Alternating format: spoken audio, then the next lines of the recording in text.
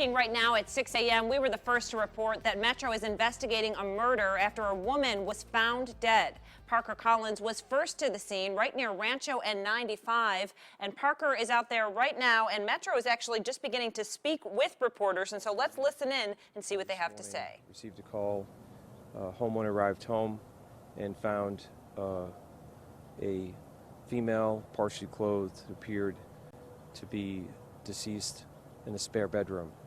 He called 911, the officers arrived, medical declared deceased on the scene. There's two adult males that were here. There's a third adult male that is not present, and we're calling him a person of interest right now.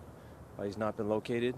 We don't know if he is alone or with somebody else, so I don't know if there's multiple people involved in this, but since there's no witnesses, I can't really call him the suspect. The two people in the residence that are here do not know the female. She's only partially clad in underwear or bra, and it appears that she has some trauma to her head, not a gunshot. I don't know if she was struck with an object multiple times. Do you know if she was sexually assaulted? That will be determined at autopsy.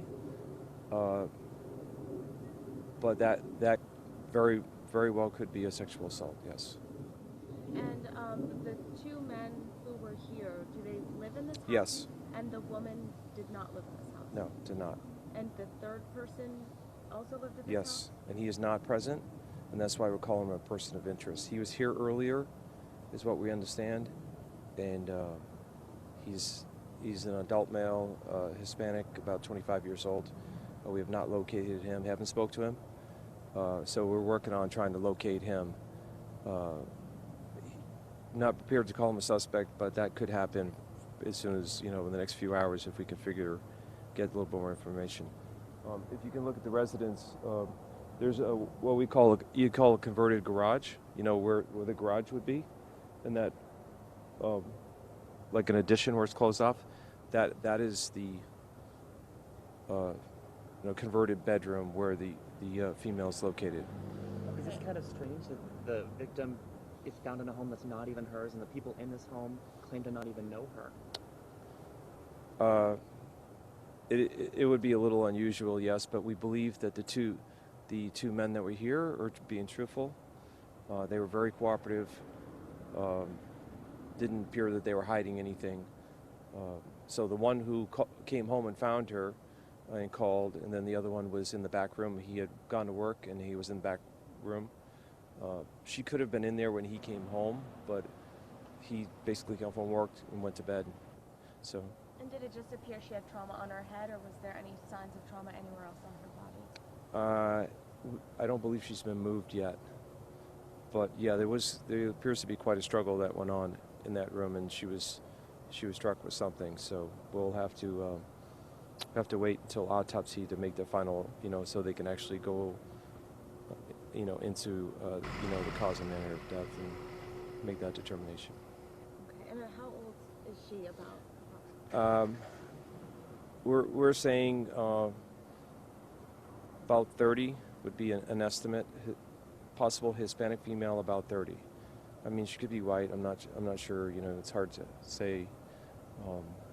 But in my summary, I'm going to say she's a Hispanic female, about 30. So once they end up moving her, we'll see if there's any clothing there with identification and all that. So that's why that could be, and I've just asked them, that could be another hour or two before they finish the documentation of the scene and looking for any evidence in there as far as who the suspect might be. To associate, we're looking for DNA, any fingerprints or murder weapon, because it's quite a disarray in that room, so it could take a while longer for that too.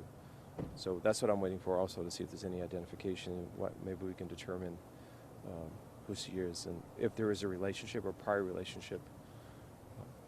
Okay. And when you were talking to the two men who lived here, did they say at all if this Are listening to Metro Police talk about a story we've been reporting here this morning. A woman found dead inside a home. It's not her home. She was partially clothed. We also know that she was struck multiple times, not shot, but struck with something. They're looking for a person of interest at this point. They say that there was someone there, another man there, who actually left the scene. And so they aren't calling him a suspect just yet, but they're looking for a person of interest.